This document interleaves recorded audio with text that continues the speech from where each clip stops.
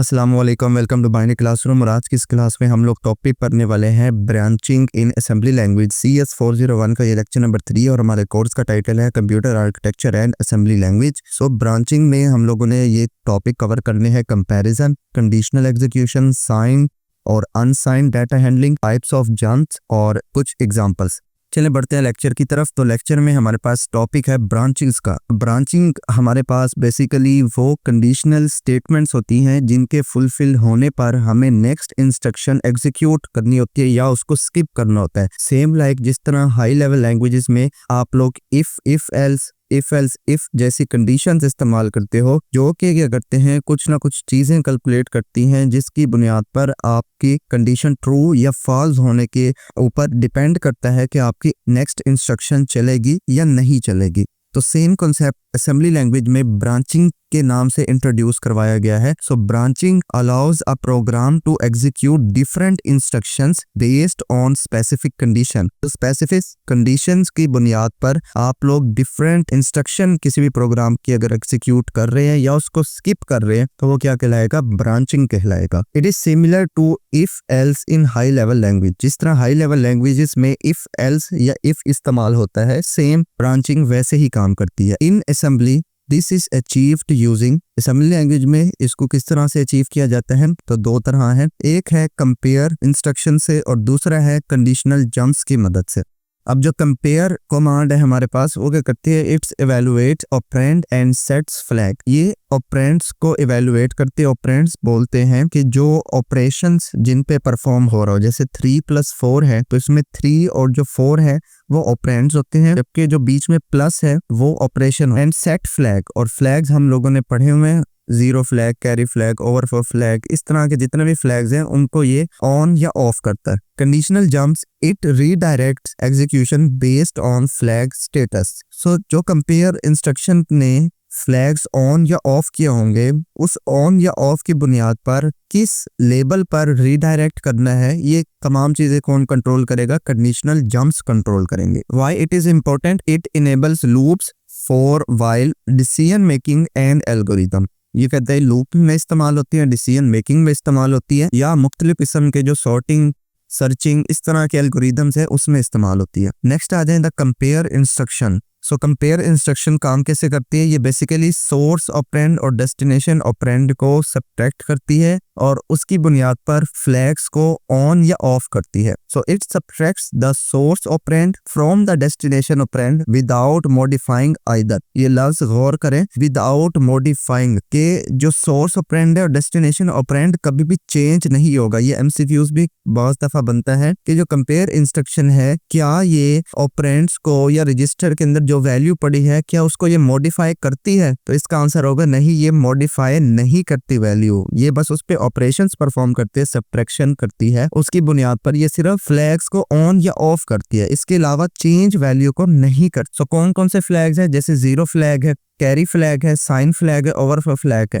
इन तमाम फ्लैग्स का मतलब हमें मालूम है कि अगर हमारे पास रिजल्ट 0 आता है तब जीरो फ्लैग में वैल्यू 1 हो जाती है। अगर हमारे पास कैरी आता है, किसी भी चीज को परफॉर्म करने के बाद कोई एक एक्स्ट्रा बिट बचती है, वो कैरी में आता है। साइन फ्लैग अगर हमारा नंबर नेगेटिव है रिजल्ट, तो वो साइन फ्लैग की बिट को ऑन कर देते हैं। ओवरफ्लो फ्लैग के अगर हमारे पास विद इन अ रेंज से हटकर नंबर आ जाता है, उससे बढ़ जाता है नंबर, तब वो ओवरफ्लो की कैटेगरी में आता है। Compare is meaningless without subsequent conditional jump. Compare instruction गैर कंडीशनल जंप के काम नहीं करते मतलब कि मीनिंगलेस है, काम तो करेगी लेकिन उसका कोई फायदा नहीं होगा। जैसे कि एग्जांपल दी हुई है, एक वैल्यू है 5, उसको हमने AX रजिस्टर में स्टोर करवाया है। इसी तरह एक दूसरी वैल्यू है 3, उसको हमने BX रजिस्टर में स्टोर करवाया है। नेक्स्ट इंस्ट्रक्शन में हम लोग इन्हीं दोनों रजिस्टर को कंपेयर करवा रहे हैं, और कंपेयर क्या करता है? सब्ट्रैक्ट करता है। सो AX - BX होगा, तो 5 में से 3 गए, कितना बचेगा? 2। अब ये जो 2 है ये एक पॉजिटिव इंटीजर है, ये ना तो कैरी फ्लैग में आ रहा है, ना इसका आंसर 0 आ रहा है, ना ये एक नेगेटिव नंबर है,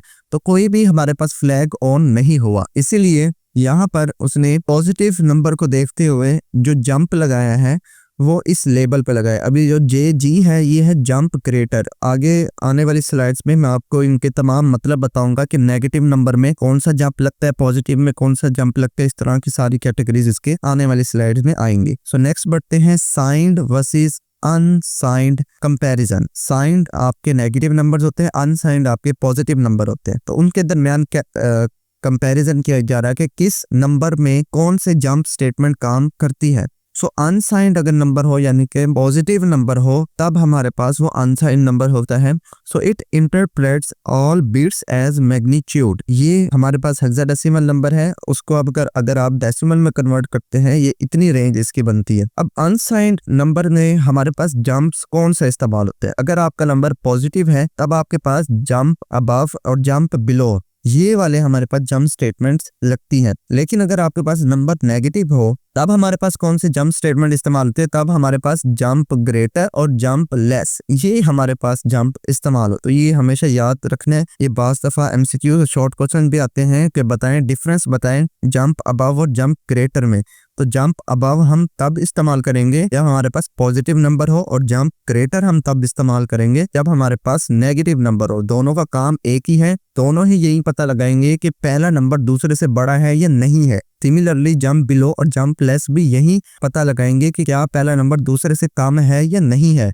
लेकिन एक जो है वो पॉजिटिव पे काम करता है, दूसरा जो है वो नेगेटिव पे काम करता है। सो यहाँ पर एग्जांपल देखें। एग्जांपल में हम लोगों ने पॉजिटिव और नेगेटिव दोनों सिचुएशंस को यहाँ पर चेक करके देखा है कि किस सिचुएशन में कौन सा सही जवाब देगा। यहाँ पर जो पहला नंबर है वो हमारे पास पॉजिटिव भी हो सकते हैं अगर हम उसकी रेंज ये रखें, और वो हमारे पास वही नंबर नेगेटिव भी ले सकते हैं अगर हम उसकी ये रेंज रखें। पॉजिटिव और नेगेटिव बनता कैसे, ये आगे की एक स्लाइड में मैंने आपको करके दिखाया हुआ है कि पॉजिटिव नंबर किस तरह से आता है और नेगेटिव नंबर किस तरह। अभी के लिए हमारे पास दोनों ही केस। सो दूसरा नंबर हमारे पास पॉजिटिव है। देखिए पहले में हमारे पास कॉन्फ्लिक्ट है कि हम पॉजिटिव भी लेंगे और नेगेटिव, इसीलिए यहाँ पर दोनों एक देखिए पॉजिटिव वाली जंप है और एक नेगेटिव वाली है, तो दोनों केसेस है। देखिए हम सिंपल कंपेयर करवा रहे हैं। अगर मैं इसको पॉजिटिव वाले केस में देखूं, पॉजिटिव के केस में क्या रेंज है 65534। इसको हम कंपेयर करा रहे हैं इस 2 से, तो देखिए दोनों ही पॉजिटिव हैं, तो इस केस में हमारे पास जंप कैलकुलेट हो जाएगा। जबकि दूसरे केस में देखें, यहाँ पर जब हमने इसको नेगेटिव एज्यूम किया तो नेगेटिव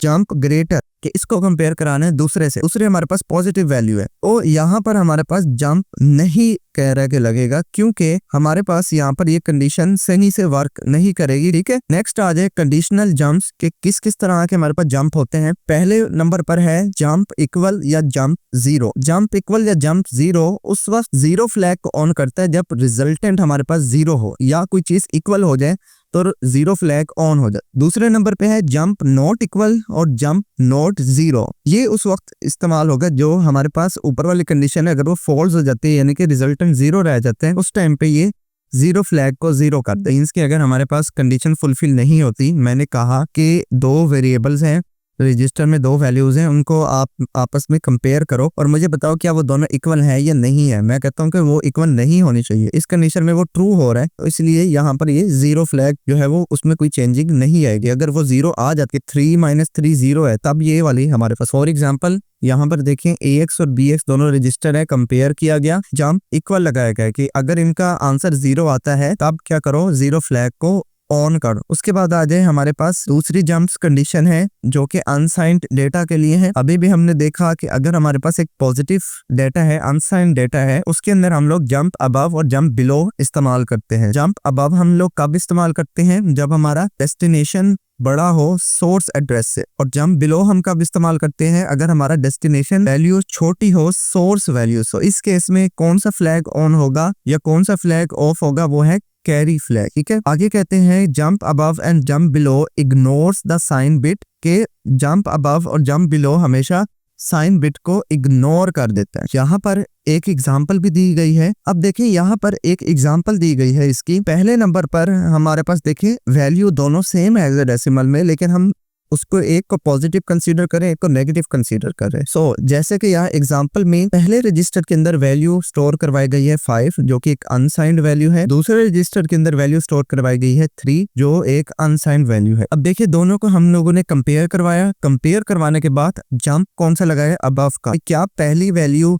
ग्रेटर है दूसरी वैल्यू से? अगर तो ट्रू होगा अब तो इस ग्रेटर वाले लेबल पे इंस्ट्रक्शन जंप हो जाएगी, अदरवाइज नहीं होगी। साइन डाटा के लिए हमारे पास जंप ग्रेटर और जंप लेस इस्तेमाल होता है। जंप ग्रेटर हमारे पास उस सूरत हाल में किसी भी फ्लैग को ऑन करेगा जब डेस्टिनेशन वैल्यू बड़ी होगी सोर्स वैल्यू से। जंप लेस उस वक्त हमारे पास किसी भी फ्लैग को ऑन करेगा जब हमारे पास डेस्टिनेशन वैल्यू छोटी होगी सोर्स वैल्यू से। Jump greater and jump less accounts for negative numbers. अगर आपका नंबर्स नेगेटिव हैं तो जंप ग्रेटर और जंप लेस कारआमद है। एग्जांपल में भी यहाँ पर समझाया गया है, एक आपके पास साइंड वैल्यू है और एक आपके पास यहाँ पर पॉजिटिव है, लेकिन इस सूरत हाल में क्योंकि आपके पास पहली वैल्यू साइंड वैल्यू है, अब ये ऑटोमेटिकली जंप लेस इस पे काम करेगा, जंप बिलो इस पे काम नहीं करे। जैसे अभी हमने ये वाली एग्जांपल भी देखी, इसके अंदर भी हमारे पास क्योंकि पहला नंबर एक अनसाइंड नंबर हमने कंसीडर किया। नेक्स्ट आ जाए unconditional jump. Unconditional jump basically बगैर कंपैरिजन के किसी भी लेबल के ऊपर जंप करवाने के लिए काम आती है, चाहे कंडीशन फ्लैग ट्रू हो या ना हो। It transfer control always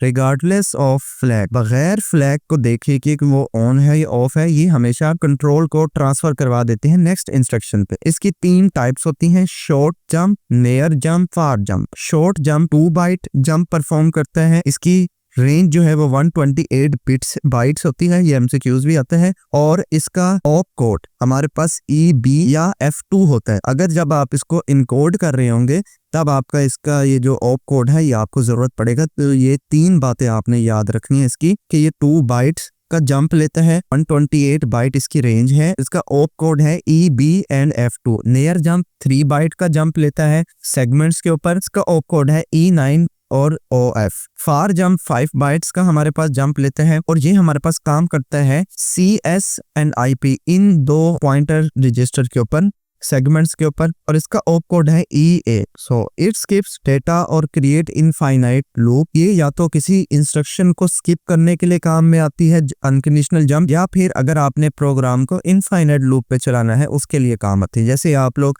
C++ में कभी लूप को चलते रहना देते हैं तब आप क्या कर देते हैं, वाइल ट्रू, उसकी कंडीशन में वाइल ट्रू लिखते हैं। किस तरह से मैं लिख के दिखाता हूँ आपको। जैसे आप कुछ भी कोड लिख रहे हैं और आप कहते हैं वो हमेशा चलता रहे, वो प्रोग्राम रुके ना, तो यहाँ पर आप लोग लिख देते हैं वाइल, और इसकी कंडीशन के अंदर आप लोग कंडीशन देने के बजाय यहाँ पर लिखते हैं ट्रू। ठीक है, अब मैं ट्रू मुकम्मल नहीं लिख रहा, T लिख रहा हूँ, तो T स्टैंड फॉर ट्रू। अब होगा क्या कि इसके प्रेसिस के अंदर, इसकी बॉडी प्रोग्राम के अंदर जितनी भी इंस्ट्रक्शन होगी वो हमेशा चलती ही रहेंगी। तो इनफाइनाइट लूप इस तरह से क्रिएट हो जाएगी। नेक्स्ट बढ़ते हैं relative addressing in jump statement. So relative addressing क्या बोलते हैं, सो हमारे पास jump use offset from the current IP not absolute addresses. Relative addressing basically कहता है कि जो इस टाइम करंट मशीन का IP एड्रेस है वो आपके करंट ऑफसेट के अंदर ऐड हो जाता है और उससे न्यू IP एड्रेस होता है। इससे फायदा ये होता है कि आपको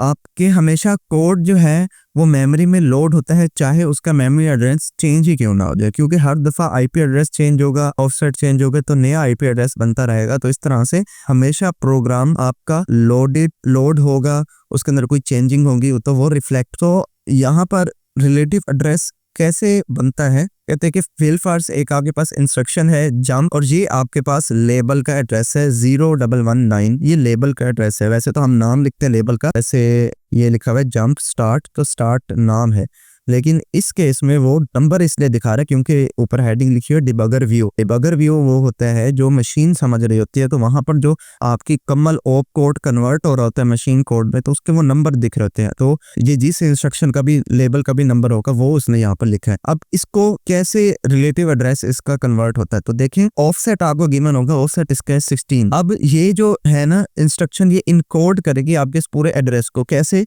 शॉर्ट एड्रेसिंग अभी मैंने आपको दिखाई, इसका ऑप कोड क्या होता है EB या F2। तो यही एग्जांपल में हम लोग लेके चल रहे हैं, तो इसलिए इसको इनकोड किया गया F2 और 16 से। 16 इसका ऑफसेट है, F2 क्या है, F2 ये रिप्रेजेंट कर रहा है ये short jump. So short jump और इसका 16 इसका ऑफसेट है। इस पूरा करने के लिए आगे ये 00 लगा दिए, तो इस तरह से हमारे पास नया IP एड्रेस बन जाएगा जो कि इस चीज को ओवरराइड। नेक्स्ट आ जाए bubble sort example. Bubble sort क्या होती है, बेसिकली बबल सॉर्ट हमारे पास हर एडजेसेंट वैल्यू को कंपेयर करती है। कंपेयर करने के बाद देखती है कि इनमें से बड़ी वैल्यू कौन सी है। अगर बड़ी वैल्यू लेफ्ट साइड पे होती है तो वो उसको स्वैप कर देता है, अदरवाइज नहीं करता। इसके हर पास में ये करता है कि जो आपकी पूरी अरे में, पूरे डेटा में सबसे बड़ी वैल्यू होती है उसको बिल्कुल लास्ट में ले आता है, यानी कि ये सॉर्ट करता है। सॉर्ट कैसे करता है मैं आपको एक छोटी सी एग्जांपल देके समझाता हूँ। जैसे आपके पास वैल्यू है 3, 2 एंड 1। अब देखिए ये उल्टा लिखा हुआ है। वैल्यू कैसे चलती है 1, 2 और 3। ग्रेटर वैल्यू हमेशा राइट साइड पे हो। ये अलग अलग वैल्यू है, ये 321 ना समझ लेना कोई बच्चा इसको। ये इस तरह 3, 2 और 1। देखिए इसके ऊपर अगर मैंने बबल सॉर्ट लगानी है तो मैं किस तरह से इसको परफॉर्म करूंगा। सबसे पहले ये 3 को कंपेयर करेगा 2 से। 3 को कंपेयर करेगा 2 से। क्या 3 2 से बड़ा है या नहीं है? तो यस 3 2 से बड़ा है, तो ये क्या कर देगा, स्वैप कर देगा 2 और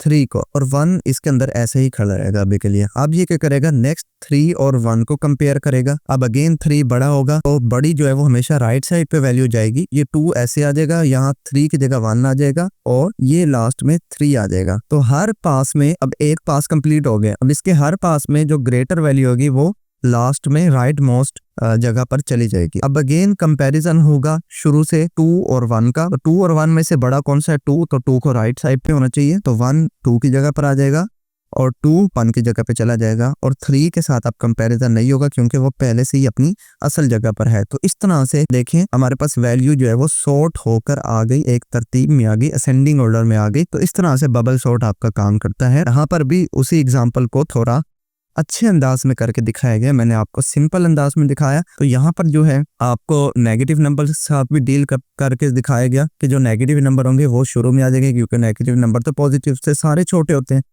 फिर उसके बाद पॉजिटिव नंबर और ये नंबर, इस तरह से ये सॉर्ट, ये इसका एल्गोरिदम है। सेम चीजें दी गई हैं, सारी चीजें हमने पढ़ी भी हुई हैं। यहाँ पर मैं आपको ये बता देता हूँ कि ये डाटा और bx का क्या मतलब है। ये डाटा जो है वो आपकी अरे है और bx जो आपका रजिस्टर है, जो कि हर एक एड्रेस में 2 बाइट्स ऐड कर रहा होगा ताकि आप नेक्स्ट इंडेक्स पे जा सके। हर एक इंडेक्स से जब हम दूसरे इंडेक्स पे मूव करते हैं तो इसके अंदर 2 बाइट्स ऐड होते हैं, तभी वो नेक्स्ट एड्रेस पे जाता है, नेक्स्ट एलिमेंट पे जाता है। ठीक है, तो वो चीज यहाँ पर ऐड हो रही है। देखें bx में हमेशा 2 ऐड हो रहा है। यहाँ पर जहाँ पर भी आपका इस टाइम पे पॉइंटर होगा उसके अंदर 2 ऐड होगा और वो नेक्स्ट बढ़ता रहे। यहाँ से भी देखें इसको 2 से इसीलिए ही इनिशियलाइज करवाया गया, ऐड करता रहेगा 2 और नेक्स्ट इंस्ट्रक्शन पे मूव। ओके, सो नेक्स्ट आ जाए। नेक्स्ट हमारे पास है sign versus unsigned sort out का। ये हमारे पास डेटा है जिसके अंदर कुछ नेगेटिव नंबर्स भी हैं, कुछ पॉजिटिव नंबर्स भी हैं। अब इसके अंदर हम लोग अनसाइंड अगर सॉर्ट करेंगे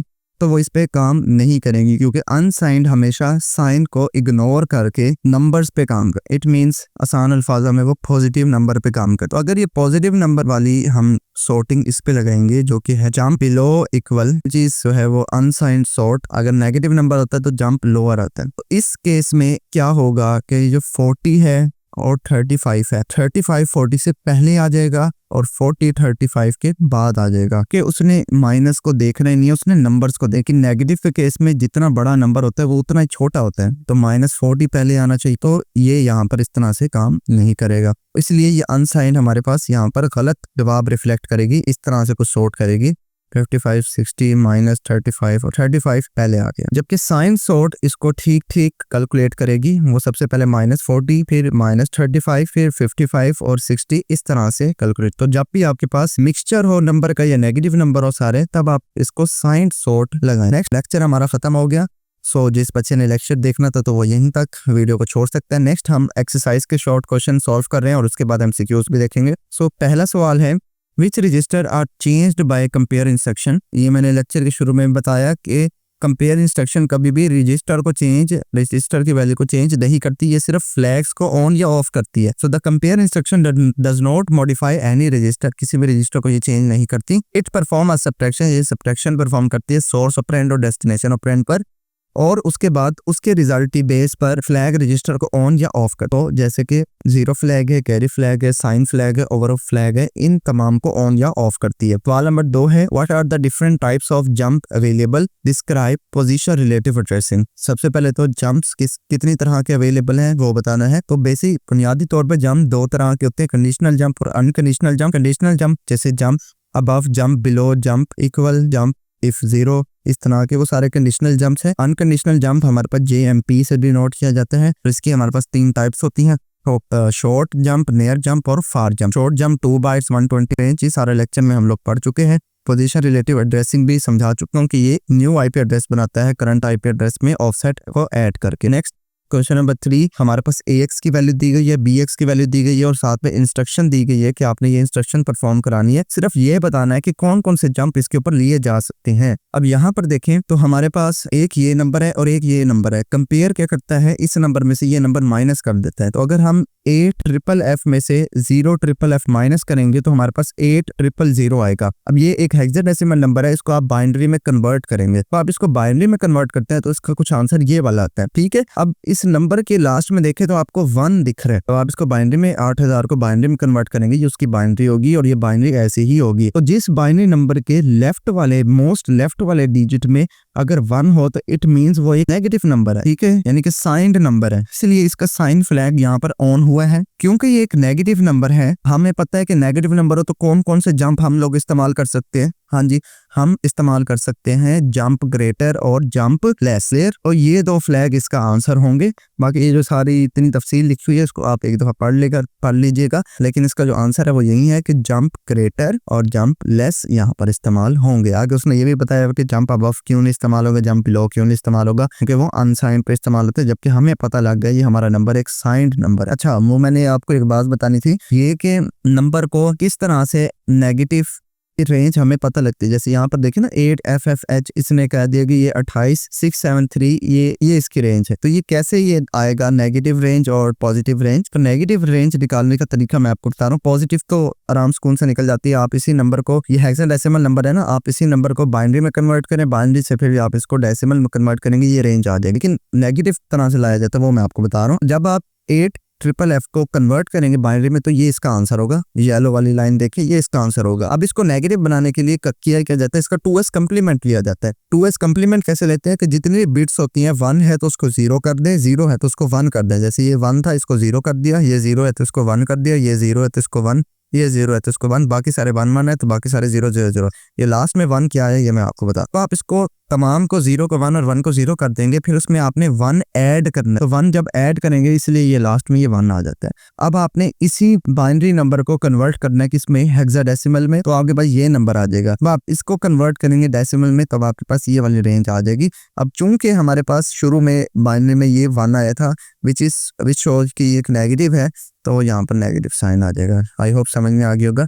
नेक्स्ट बढ़ते हैं क्वेश्चन नंबर 4 की तरफ। Write a program to find maximum and minimum number from the array of 10 numbers. 10 numbers की अरे है, उसमें से मिनिमम और मैक्सिमम हमने मालूम करना है। इसके मैं आपको ड्राई रन सिर्फ समझा दूंगा, कोड आपके सामने, आप इसका स्क्रीनशॉट लेके, सारी चीजें हमने पढ़ी हुई है तो आपको ये समझ में आ जाएगा। याद करना होता है, समझना क्या है इसमें कि काम कैसे करेगा ये। तो मैक्सिमम और मिनिमम नंबर में फाइंड करना है। 10 एलिमेंट की अरे है, उसके अंदर कुछ ना कुछ 10 एलिमेंट होंगे। एलिमेंट यहाँ पर लिखे भी हैं, ये वाले जो है ये 10 एलिमेंट हैं हमारे पास अरे के। इसमें से हमने मैक्सिमम और मिनिमम नंबर निकालना है। तो होगा क्या कि हम लोग एक मैक्सिमम नाम से वेरिएबल बनाएंगे, जो कि असेंबली लैंग्वेज की जुबान में हम लोग एक रजिस्टर बना देंगे। उसके अंदर एक के अंदर मैक्सिमम वैल्यू होगी और एक के अंदर मिनिमम वैल्यू होगी। अब हम लोगों ने मालूम करना है कि कौन से मैक्सिमम है और कौन सी मिनिमम है। शुरू में हम लोग क्या करेंगे, शुरू में तो इसके अंदर 0 0 ऐड करेंगे और उसके बाद अरे में ट्रैवर्स करते रहेंगे, हर एलिमेंट को कंपेयर करवाएंगे मैक्सिमम से भी और मिनिमम से भी। अगर वो मैक्सिमम के केस में हमारे पहले से मौजूद मैक्सिमम की वैल्यू से बड़ी होगी तो उसको रिप्लेस कर देंगे, अदरवाइज रहने देंगे। इसी तरह मिनिमम में अगर पहले से मौजूद वैल्यू से वो छोटी होगी तो उसको रिप्लेस कर देंगे, अदरवाइज रहने देंगे। तो इस तरह कंपैरिजन होता जाएगा। जब हमारे पास पूरी अरे ट्रैवर्स हो जाएगी तो हमारे पास लास्ट में मैक्सिमम और मिनिमम के वेरिएबल में हमारे पास मैक्सिमम और मिनिमम की वैल्यू आ चुकी होगी। इसका प्रोग्राम है, आप लोगों ने बस एक दफा रीड करेंगे, लॉजिक आपको बता दी गई है, बाकी ये याद ही करना होगा। नेक्स्ट आ जाए, write a program to search an element using binary search. अब बाइनरी सर्च का भी मैं आपको बता देता हूँ किस तरह से काम करती है। सबसे पहले तो ये याद रखना, ये हमेशा सॉर्टेड अरे पर काम करती है। सॉर्टेड अरे में यानी कि उसके अंदर हर एलिमेंट तरतीब से होंगे। ऐसा नहीं होगा कि अगर आपके पास अरे है 2 3 4 5 6 तो ऐसा नहीं होगा कि 5 2 से पहले आ रहा है, 3 6 के बाद आ रहा है, नहीं, एक तरतीब में होंगे, 2 3 4 5 6 ऐसे तरतीब में होंगे, ठीक है। उस पे हमेशा ये बाइनरी सर्च काम करती है, हमेशा सॉर्टेड अरे पर। और काम कैसे करती है, ये हमेशा जैसे यहाँ पर ये अरे दी गई है 1 3 5 7 9 11, ये सारी अरे है। अब काम कैसे करेगी ये? काम ये करेगी कि ये हमेशा जितने भी एलिमेंट है, अगर यहाँ पर 10 एलिमेंट है तो 10 को 2 पर डिवाइड करेगी तो उनको बीच वाला नंबर मिल जाएगा। जैसे 10 को 2 पर डिवाइड करेंगे क्या आता है 5, तो 5 का मतलब ये होगा कि ये 5th इंडेक्स पर चले जाएगा कंट्रोल।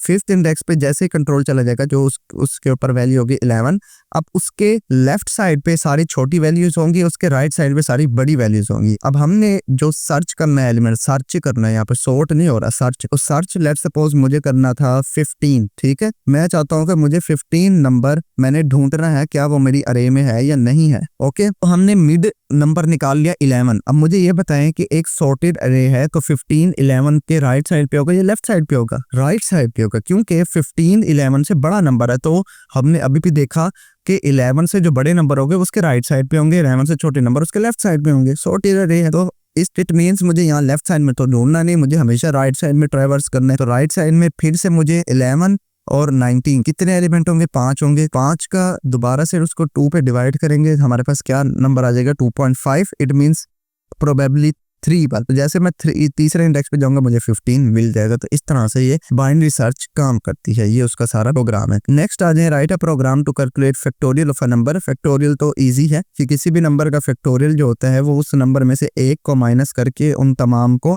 मल्टीप्लाई करते जाते हैं जब तक 1 ना आ जाए। जैसे 5 का फैक्टोरियल है तो इसका मतलब ये होगा कि 5 लिखने में मुझे जरा परेशानी हो रही है। सो 5 मल्टीप्लाई बाय 4 और multiply by 3 and multiply by 2 and multiply by 1। इन सबको मल्टीप्लाई करेंगे, जो आंसर होगा विच इज 120 वो उसका फैक्टोरियल होगा। तो इसके अंदर लॉजिक क्या लगेगी कि जो भी आपको नंबर गिवन है उस नंबर को हम उसमें से एक माइनस करेंगे और एक माइनस करके उसके पिछले रिजल्ट में उसको मल्टीप्लाई करेंगे, राइट। तो ये इसका यहाँ पर हमारे पास प्रोग्राम लिखा हुआ है। सारी वही चीजें हैं, जंप्स और हर चीज, बस को लॉजिकली इस तरह से हम लोगों ने लिखना है, वही प्रोग्राम है और इसी को आपने याद करना है। नेक्स्ट एमसीक्यूज पे आ जाए। एक्सरसाइज के शॉर्ट क्वेश्चन खत्म हो गए। पहला एमसीक्यूज है विच what does the compare instruction do. Compare instruction क्या काम करते हैं? सब्ट्रैक्ट करते हैं सोर्स और डेस्टिनेशन वैल्यू को और सी के बेस पे फ्लैग्स को update. Which flag is set if 2 operands are equal after compare. कौन सा फ्लैग कहते सेट होगा अगर दोनों इक्वल ऑपरेंड्स इक्वल होंगे, यानी कि 3 - 3 3 और 3 होंगे तो 3 - 3 0 होगा, तो 0 फ्लैग जो है वो 1 हो जाएगा, तो 0 फ्लैग ऑन हो जाएगा। B option. Which jump is taken if the destination is greater than the source in a signed comparison. Signed है इट मींस नेगेटिव नंबर, तो जंप ग्रेटर हमारे पास इस्तेमाल होगा। अगर अनसाइंड होता तब कौन सा होता है? जंप अबव, ए ऑप्शन, ठीक है। तो अभी के लिए क्योंकि असाइंड नंबर है तो jump greater. For unsigned comparison which jump is used to check below और इक्वल। तो बिलो या इक्वल के लिए हम लोग अनसाइंड नंबर में जंप बिलो इक्वल इस्तेमाल करते हैं, ए ऑप्शन ठीक होगा। What is the range of a short jump in assembly. Short jump की वैल्यू रेंज होती है 128 bytes. Which instruction is used for an unconditional jump. Unconditional jump के लिए कौन सी इंस्ट्रक्शन इस्तेमाल की है? JMP। After compare AX BX if AX की value this which is a unsigned number and BX की value this which is jump, which jump is will be taken। तो unsigned number है तो अनसाइंड नंबर के लिए jump above इस्तेमाल होगा। अगर ये साइंड नंबर होता तो जंप ग्रेटर इस्तेमाल होता, ठीक है। Which flag indicates a negative result in a signed comparison. Signed comparison में नेगेटिव रिजल्ट कौन सा फ्लैग इंडिकेट करता है? Sign flag. Which what is the key difference between jump above and jump greater. तो जंप अबव अनसाइंड में इस्तेमाल होता है, jump greater signed. Which jump is not dependent on flag. कौन सा जंप फ्लैग पर डिपेंडेंट नहीं होता, तो वो है JCX। इसका मतलब है जंप इफ CX0।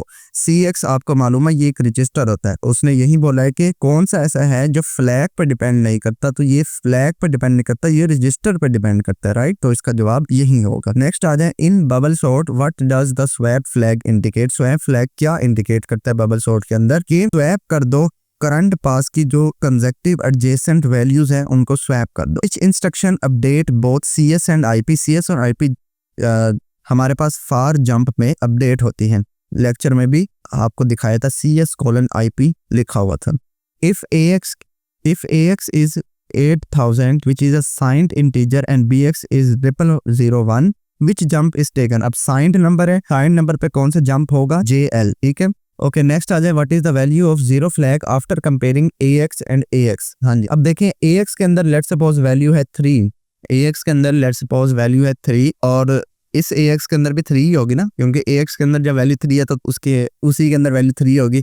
अब देखिए कंपेयर क्या करता है, ax को ax में से माइनस करेगा ना, दोनों को माइनस करता है तो 3 माइनस 3 कितना हो जाएगा, 0 आ जाएगा आंसर। जब आंसर 0 आता है तो 0 फ्लैग की क्या वैल्यू हो जाती है, 1 हो जाती है, तो बी ऑप्शन ठीक होगा। नेक्स्ट आ जाए, which jump is equivalent to jump not equal, तो जंप नॉट इक्वल टू होता है जंप नॉट 0 के। लेक्चर के अंदर भी आपको 2 चीजें ये दिखाई गई थी, उसके अंदर भी ये बताया गया था। नेक्स्ट आ जाए, in binary search how is the mid index calculated, तो मिड इंडेक्स हाई वैल्यू और लो वैल्यू को प्लस करके 2 पे डिवाइड करते हैं। अभी बाइनरी सर्च में दिखाया भी सही, फिर जो पहला इंडेक्स होगा और जो लास्ट वाला इंडेक्स होगा उसको कैलकुलेट करेंगे तो मिड वाला इंडेक्स आ जाएगा, मिड वाली वैल्यू आ जाएगी, उसके लेफ्ट पे सारी छोटी वैल्यू, उसके राइट पे सारी बड़ी वैल्यू होंगी। नेक्स्ट आ जाए, which register is used as a counter in the JCXZ, तो इसके नाम के अंदर ही ये वाला रजिस्टर छुपा हुआ है CX, तो CX रजिस्टर सही होगा। What is the factorial of 0, तो 0 का फैक्टोरियल 1 होता है और 1 का फैक्टोरियल भी 1 होता है। Which flag is set if an unsigned overflow occur during compare, तो कंपेयर के अंदर अगर अनसाइंड ओवरफ्लो हो जाए तो हमारे पास कैरी फ्लैग ऑन होता है, और अगर साइंड के अंदर ओवरफ्लो हो जाए तो ओवरफ्लो फ्लैग ऑन होता है। नेक्स्ट आ जाए, इन position relative addressing which what does the jump operand represent, jump operand क्या रिप्रेजेंट करता है, वो ऑफसेट IP का ऑफसेट रिप्रेजेंट कर। सो ये हमारे पास कुछ 20 MCQs थे, कुछ शॉर्ट क्वेश्चन देखे, कुछ लेक्चर देखे। सो इतना सही हमारे पास ये लेक्चर था। आई होप आपको पसंद आया होगा। अगर पसंद आया हो तो इस वीडियो को लाइक करते जाएं, चैनल को बगैर सब्सक्राइब किए देखने चैनल को भी जरूर से सब्सक्राइब करें। मिलते हैं किसी नेक्स्ट वीडियो में, तब तक के लिए अल्लाह हाफिज।